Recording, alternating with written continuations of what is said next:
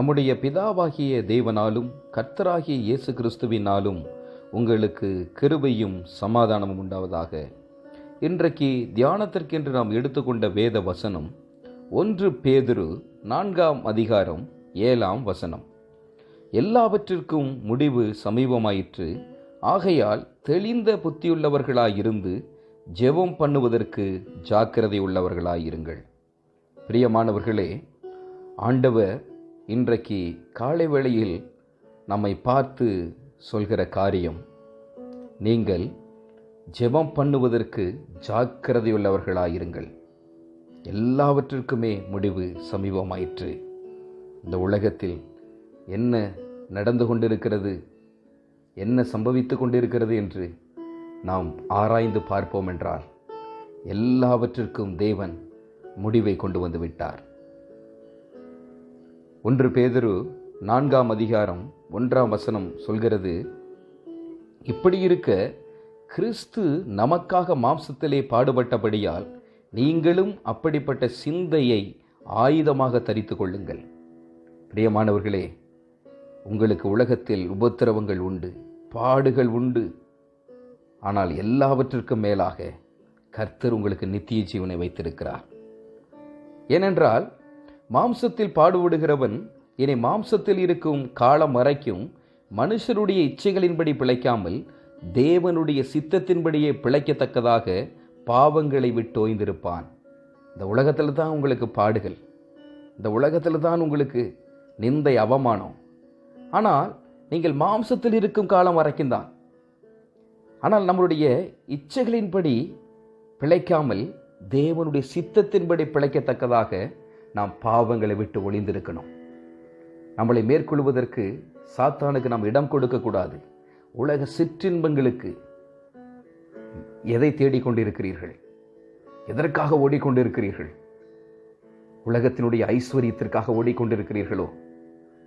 உலகத்தில் நன்றாக வாழ வேண்டும், 10 பேர் வாழ்த்துவதற்கு நான் வாழ வேண்டும் என்று ஓடிக்கொண்டிருக்கிறீர்களோ? இல்லை பிரியமானவர்களே, வசனம் சொல்கிறது, மனுஷனுடைய இச்சைகளின்படி பிழைக்காமல் தேவனுடைய சித்தத்தின்படி பிழைக்கத்தக்கதாக பாவங்களை நம்ம விட்டுவிட வேண்டும். சுவிசேஷம் உலகம் முழுவதும் அறிவிக்கப்பட்டு கொண்டிருக்கிறது. நீங்கள் ஆண்டவரை அறிவதற்கு முன்பதாக நீங்கள் எப்படி இருந்தீர்கள்? சென்ற வாழ்நாளில் நீ எப்படி இருந்தீர்கள்? புறஜாதிகளுடைய இஷ்டத்தின்படி நடந்து கொண்டீர்கள். அது போதும், நடந்து கொண்டது போதும். அப்பொழுது நாம் காம விகாரத்தையும் துர் இச்சைகளையும் நடப்பித்து மதுபானம் பண்ணி களியாட்டு செய்து வெறிகொண்டு அருவருப்பான விக்கிரக ஆராதனை செய்து வந்தோம். அந்த துன்மார்க்க உலையிலே அவர்களோடு கூட நீங்கள் விழாமல் இருக்கிறதினாலே அவர்கள் ஆச்சரியப்பட்டு உங்களை தூசிக்கிறார்கள். முன்பு நீங்களும் நானும் எப்படி இருந்தோம்? உலகத்தினுடைய சிற்றின்பத்திற்கு, உலகத்தினுடைய இச்சைகளுக்கு, பாவத்திற்கு, காம விகாரத்திற்கு, எல்லாவற்றுக்கும், உலகத்தினுடைய களி ஆட்டுகளுக்கு நான் அடிமையாக கிடந்தோம். ஆனால் இப்பொழுதோ அவருடைய மகாபெரிய இரக்கத்தினாலே, அவருடைய கிருபையினாலே, அவர் இரத்தத்தினால் கழுவப்பட்டு, கலாத்தியர் 3:13 சொல்கிறது, மரத்திலே தூக்கப்பட்ட எவனும் சபிக்கப்பட்டவன் எழுதியிருக்கிறபடி கிறிஸ்து நமக்காக சாபமாகி நியாய பிரமாணத்தை சாபத்திற்கு நம்மை நீங்களாக்கி மீட்டுக் கொண்டிருக்கிறார். அப்படி இருக்கும் பொழுது முன்பு நாம் எப்படி இருந்தோம் நினைத்து பாருங்கள். உலகத்தோடு புறஜாதிகளுடைய காரியத்தின்படி நாம் நடந்தோம். உலக இச்சைகள், உலக வழிபாடுகள், உலக காரியங்கள், லௌகீக கவலைகள், இதற்காக நாம் அதிகமாய் முக்கியத்துவம் கொடுத்து நம்ம வாழ்க்கையை சீரழித்து கொண்டிருந்தோம். ஆனால் இப்பொழுதோ அவருடைய இரத்தத்தினால் கழுவப்பட்டு இயேசு என்ற உன்னதமான நாமம் தரிக்கப்பட்டவர்களாய், அவரோ பிள்ளைகள் என்று அழைக்கப்படத்தக்கதாய் நாம் அவரோடு கூட இணைக்கப்பட்டிருக்கிறோம். நாம் பாவத்துக்கு செத்து நீதிக்கு பிழைத்திருக்கிறோம். இன்றைக்கு நம்முடைய அக்கிரமங்கள், நம்முடைய மீறுதல்கள், நம்முடைய பாவங்கள் எல்லாம் கல்வாரி சிலுவையிலே அடிக்கப்பட்டு விட்டது.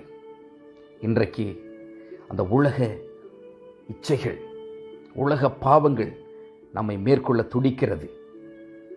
அந்த துன்மார்க்க உலையிலே அவர்களோடு கூட நீங்கள் விழாமல் இருக்கிறதுனாலே அவர்கள் ஆச்சரியப்பட்டு உங்களை தூசிக்கிறார்கள். பிரியமானவர்களே, மீண்டுமா இந்த பாவத்திற்கு நம்ம விழ வேண்டும் என்று பிசாசானவன் வகை தேடிக் கொண்டிருக்கிறான். அந்த உலக வழிபாடுகள், உலக ஆசாபாசங்கள், இச்சைகள், உலக சிற்றின்பங்கள், உலக பாவத்திற்குள் விழும்படி மீண்டுமாய் மனிதர்களை கொண்டு பிசாசானவன் நம்மளை இழுக்க வகை தேடிக் கொண்டிருக்கிறான். ஆனால் நாம் அதில் விழாமல் இருக்கிறோம். தேவனுக்கு நம்ம பிரியமான பிள்ளைகளாக இருக்கிறோம். அவர்கள் ஆச்சரியப்பட்டு நம்மை தூசிக்கிறார்கள். இவர்கள் தவறாய் போய் கொண்டிருக்கிறார்கள், நாம் போவதுதான் சரி என்று அவர்கள் நம்மை தூசிக்கிறார்கள். ஆனால் உயிரோடு இருக்கிறவர்களுக்கும் மரித்தோர்களுக்கும் நியாய தீர்ப்பு கொடுக்க ஆயத்தமா இருக்கிறவருக்கு அவர்கள் கணக்கு ஒப்புவிப்பார்கள். ஹல்லேலூயா. நாம் உண்மையா இருக்கும் பொழுது தேவாதி தேவனுக்கு நன்மையானாலும் தீமையானாலும் அவர் நியாயத்தில் கொண்டு நிறுத்துவது நிச்சயம். இதற்காக மரித்தோரானவர்கள் மனுஷர் முன்பாக மாம்சத்திலே ஆக்கினைக்குள்ளாகப்பட்டிருந்தும் தேவன் முன்பாக ஆவியிலே பிழைக்கும்படியாக அவர்களுக்கும் சுவிசேஷம் அறிவிக்கப்பட்டது. ஏமாற்ற முடியாது. இந்த ராஜ்யத்தினுடைய சுவிசேஷம் உலகெங்கும் பிரசங்கிக்கப்படும். அப்பொழுது முடிவு வரும். அப்பொழுது தேவனுடைய வருகை வரும். பிரியமானவர்களே, நாம் ஏற்கனவே செய்த பாவங்கள், ஏற்கனவே செய்த அக்கிரமங்கள், ஏற்கனவே செய்த உலக வழிபாடுகள், இவற்றிலிருந்து இப்பொழுது வேறு பிரிக்கப்பட்டிருக்கிறோம். தயவு செய்து மீண்டுமாய் அப்பேற்பட்ட பாவத்துக்கு விழாதபடி நீங்களும் நானும் ஜாக்கிரதையா இருக்க வேண்டும். எதை நோக்கி நாம் ஓடிக்கொண்டிருக்கிறோம்? எல்லாவற்றிற்கும் முடிவு சமீபமாயிற்று. ஆகையால் தெளிந்த புத்தி உள்ளவர்களாய் இருந்து ஜெபம் பண்ணுவதற்கு ஜாக்கிரதை உள்ளவர்களாயிருங்கள். தினந்தோறும் தேவ சமூகத்தில் அதிகாலையில் எழுந்து அவருடைய நாமத்தை மகிமைப்படுத்துங்க. அவரை துதிங்க, ஸ்தோத்திரிங்க. உங்கள் விண்ணப்பங்களை அவர் சமூகத்துக்கு முன்பாக, ஆண்டவரே என்னை பரிசுத்தப்படுத்தும், பரிசுத்தமாகிறவன் இன்னும் பரிசுத்தமாகட்டும், ஒவ்வொரு நாளும் பரிசுத்தமாகுங்கள். மற்றவர்களை நேசியுங்கள், மற்றவர்களை மன்னியுங்கள். கசப்பு வைத்துக்கொண்டு தேவ சமூகத்திற்கு போகாதிருங்கள். ஒருவர் உங்கள் ஜெபத்திலே தாங்குங்கள். தேசத்திற்காக ஜெபம் பண்ணுங்க, சபைகளுக்காக ஜெபம் பண்ணுங்க. உங்கள் குடும்பத்தில் ரட்சிக்கப்படாதவர்களுக்காக ஜெபம் பண்ணுங்க. உங்கள் சிறு பிள்ளைகளுக்காக ஜெபம் பண்ணுங்க. குடும்பத்தில் யாரெல்லாம் இருக்கிறார் அவர்களுக்காக ஜெபம் பண்ணுங்க. உங்கள் ஜெபம் நிச்சயமாக உங்களை நித்தியத்தில் கொண்டு போய் சேர்க்கும்.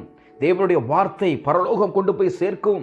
பிரியமான தேவஜனமே, நாம் பாவத்தில் விழுந்து மீண்டு இருக்கிறோம். மீண்டுமாய் இந்த பாவத்திற்குள் விழாதபடி எச்சரிக்கையா இருங்கள். மீண்டுமாய் பிசாசானவன் நம்மளை இழுப்பதற்கு வகை தேடிக்கொண்டிருக்கிறான். வசனம் அப்படித்தான் சொல்கிறது.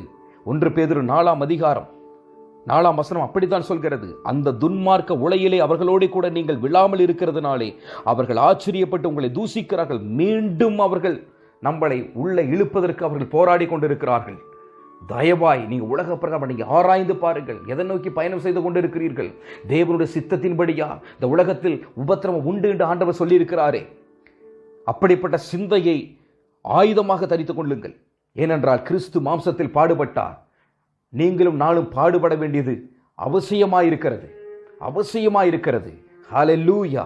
ஆண்டவருக்கு நன்றி சொல்லுங்க. ஆண்டவரே, மீண்டுமா இப்பேற்பட்ட பாவத்தினால் விழாதபடி எனக்கு உதவி செய்யும். இந்த அக்கிரமத்தில் விழாதபடி எனக்கு உதவி செய்யும். என்னை பரிசுத்தப்படுத்தும். இரத்தத்தினால் கழுவும். நானும் என் வீட்டாரும் என்றால் கர்த்தரையே சேவிப்போம் என்று யோசுவா 24:15 சொன்னபடி குடும்பமாய் கர்த்தருக்குள்ள நீங்க பிரயாசப்படுங்க. நீங்க செய்வது தேவ சித்தத்தின்படி செய்கிறோமா? வேலை செய்வது தேவ சித்தத்தின்படி வேலை செய்கிறோமா? ஒரு ஆசீர்வாதத்தை பெற்றுக்கொள்வது தேவ சித்தத்தின்படி பெற்றுக்கொள்கிறோமா? உங்களை ஆராய்ந்து பாருங்கள். இன்றைக்கு ஒரு முடிவெடுங்கள். கர்த்தர் உங்களை ஆசீர்வதிப்பார், உங்களை சீர்படுத்துவார். நீங்கள் ஜெயம் பெறுவீர்கள். நீங்கள் ஆசீர்வதிக்கப்பட்டவர்கள். இந்த பொல்லாத காலத்தில் ஆண்டவர் சொல்கிற காரியம் எல்லாவற்றிற்கும் முடிவு சமீபமாயிற்று. இதோ கர்த்தருடைய வருகை சமீபமாயிருக்கிறது. பிரியமானவர்களே, நாளைக்கு பார்த்து கொள்ளலாம் என்று சொல்லார்கள். 120 ஆண்டுகள் நோவா பிரசங்கித்தார். ஆனால் ஒரு ஜனங்களும் மனம் திரும்பவில்லை. ஆனால் நோவாவின் குடும்பத்தார் பாதுகாக்கப்பட்டது போல நீங்களும் நானும் இயேசு என்ற அந்த உன்னதமான பேழைக்குள் பாதுகாக்கப்பட்டிருக்கிறோம். இன்றைக்கு முடிவெடுங்க. மீண்டும் பழைய பாவம் திரும்பாதபடி, பழைய சுபாவம் உங்களுக்குள் எழும்பாதபடிக்கு அவருடைய இரத்தத்தினால் கழுவப்பட்டீர்களே. இன்றைக்கு நீங்கள் ஆவியானவர் சொல்கிறபடி இன்றைக்கு நீர் மறுரூபமாக்கப்பட்டிருக்கிறீர்கள். உங்கள் மனம் புதிதாகிறதுனால நீங்கள் மறுரூபமாகி இருக்கிறீர்கள். அவருடைய இரத்தத்தினால் கழுவப்பட்டிருக்கிறீர்கள். உங்கள் நெற்றிகளில் பரிசுத்தம் என்ற நாமம் எழுதப்பட்டிருக்கிறது.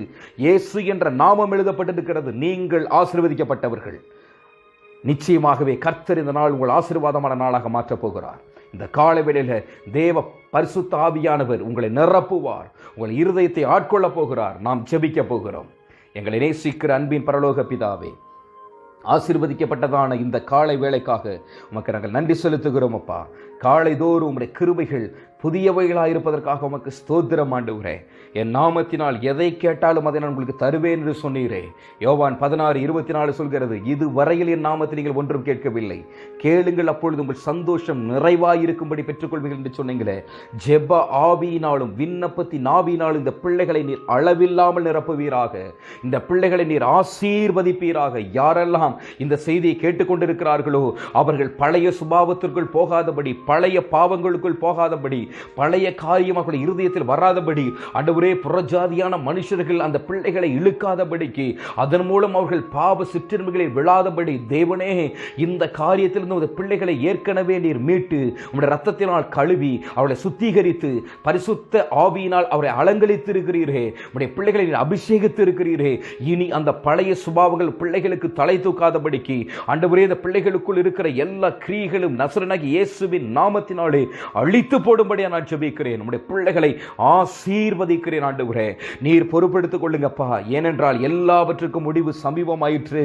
நீர் ஒரு உதவி செய்யும்படியாய் ஆண்டவரே இவர்கள் விழித்திருந்து ஜெபம் பண்ண கிருபை செய்யும்படியாய், தெளிந்த புத்தியுள்ளவர்களாய் இருந்து ஜெபம் பண்ணுவதற்கு உதவி செய்யும்படியாய், அந்த கெத்சேமனில நீங்க ஜெபித்தது போல இந்த பிள்ளைகளுக்கும் அந்த ஜெபாவிய ஊற்று ஆண்டவரே. ஆயினும் என்னுடைய சித்தத்தின்படி இல்லை, உம்முடைய சித்தத்தின்படி ஆக கடவுது என்று பிதாவை நோக்கி இயேசுவானவர் விண்ணப்பம் பண்ணினது போல, ஜெபித்தது போல இந்த பிள்ளைகளுடைய சித்தத்தின்படி அல்ல ஆண்டவரே, உம்முடைய சித்தத்தின்படி இந்த பிள்ளைகளுடைய வாழ்க்கை அமையட்டும். இந்த பிள்ளைகளுடைய ஜெப வாழ்க்கை அமையட்டும், ஆவிக்குரிய வாழ்க்கை அமையட்டும், குடும்ப வாழ்க்கை அமையட்டும், எதிர்காலம் அமையட்டும். நீர் பொறுப்பெடுத்துக் கொள்வீராக.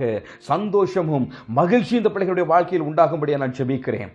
இருதயத்தின் ஆழத்திலிருந்து நான் ஆசீர்வதிக்கிறேன். சமாதானத்தின் தேவனர்களோடு கூட இருப்பாராக. இந்த காலை வேளையில உங்களுடைய திவ்ய பிரசன்னம் ஒவ்வொரு வீட்டிலும் ஆட்கொள்வதாக. எல்லா தீங்கிற்கும், எல்லா பொல்லாத சத்துருவின் கிரியைகளுக்கும் இந்த பிள்ளைகளை விலக்கி பாதுகாத்துக் கொள்வீராக. உங்களுடைய இரத்த கோட்டைக்குள்ளாக மூடி மறைத்துக் கொள்ளும். ஒவ்வொரு வீட்டிலும் இயேசுவின் ரத்தத்தை தெளிக்கிறேன். ஒவ்வொருவரும் இயேசுவுக்கு பிரியமான பிள்ளைகளாய் வளரும்படியா நான் ஜெபிக்கிறேன் ஐயா. நீர் அப்படி செய்ய போகிற அன்பிற்காய் ஸ்தோத்திரம். இந்த நாளை நீர் பாதுகாத்துக் கொள்ளும். இந்த நாளை ஆசீர்வதித்த பிள்ளைகளுக்கு ஒருவரை ஒருவர் இந்த பிள்ளைகளை ஆண்டவரே வாழ்த்த கற்றுக் கொடுக்கும்படியா நான் ஜெபிக்கிறேன். கிறிஸ்துவுக்குள்ளாக இந்த பிள்ளைகள் ஆசீர்வாதமாய் இருக்கட்டும். பழைய காரியங்கள் இல்ல, புதியவைகள் மேலானவைகளை நாட கிருபை தருவீராக. வாழ்த்துகிறேன், ஆசீர்வதிக்கிறேன். ஜெபத்தை கேட்டதற்காய் ஸ்தோத்திரம். அற்புதம் செய்து விட்டதற்காய் ஸ்தோத்திரம். எல்லா துதியும், எல்லா கனமும், எல்லா மகிமையும் இயேசு ராஜா ஒருவருக்கே. நான் அப்ரோஜனமான ஊழியக்காரன், கடமை செய்திருக்கிறேன். இயேசுவின் நாமத்தில் ஜெபிக்கிறேன் பிதாவே. ஆமென். God bless you.